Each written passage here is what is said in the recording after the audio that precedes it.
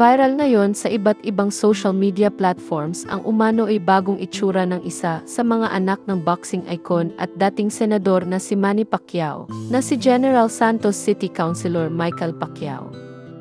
Maraming netizens ang napukaw ang atensyon matapos kumalat ang isang maikling video clip kung saan kapansin-pansin umano ang pagbabago sa itsura ng kanyang mukha, partikular na sa bahagi ng ilong.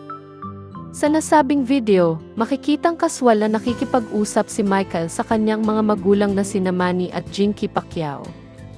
Bagamat simple lamang ang eksena at walang anumang pahiwatig na may kaugnayan ito sa issue, agad itong naging sentro ng talakayan online. Marami ang nagsimulang magbigay ng kani-kanilang obserbasyon, kung saan may ilan ang nagsabing tila mas matangos na ngayon ang ilong ng batang Pacquiao kumpara sa dati. Dahil dito, mabilis na dinagsa ng mga komento ang naturang post. May mga netizen na nagtatanong kung nagpa-enhance nga ba si Michael ng kanyang mukha.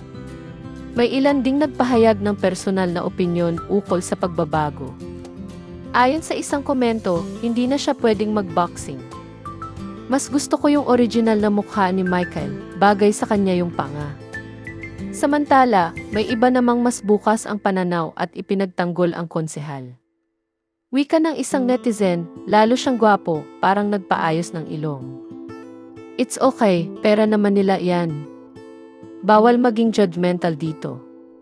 Mayroon ding mga nagpapaalala na hindi dapat agad humusga batay lamang sa isang video clip o larawan dahil maaaring epekto lamang ito ng anggulo ng kamera, ilaw, o simpleng pagbabago sa itsura habang tumatanda. Para sa ilan, natural lamang na magbago ang mukha ng isang tao sa paglipas ng panahon, lalo na kung mas nag-aalaga na ito sa sarili o nag-iiba ang estilo. Sa kabila ng patuloy na espekulasyon at diskusyon online, nananatiling tahimik si Michael Pacquiao hinggil sa issue.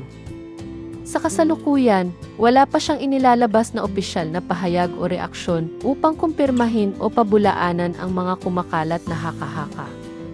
Gayon din, wala ring tugon mula sa kanyang pamilya tungkol sa usaping ito. Habang patuloy ang pag-uusap ng netizens, marami ang umaasang igagalang pa rin ang pribadong buhay ni Michael at mauwi rin sa katahimikan ang issue sa tamang panahon.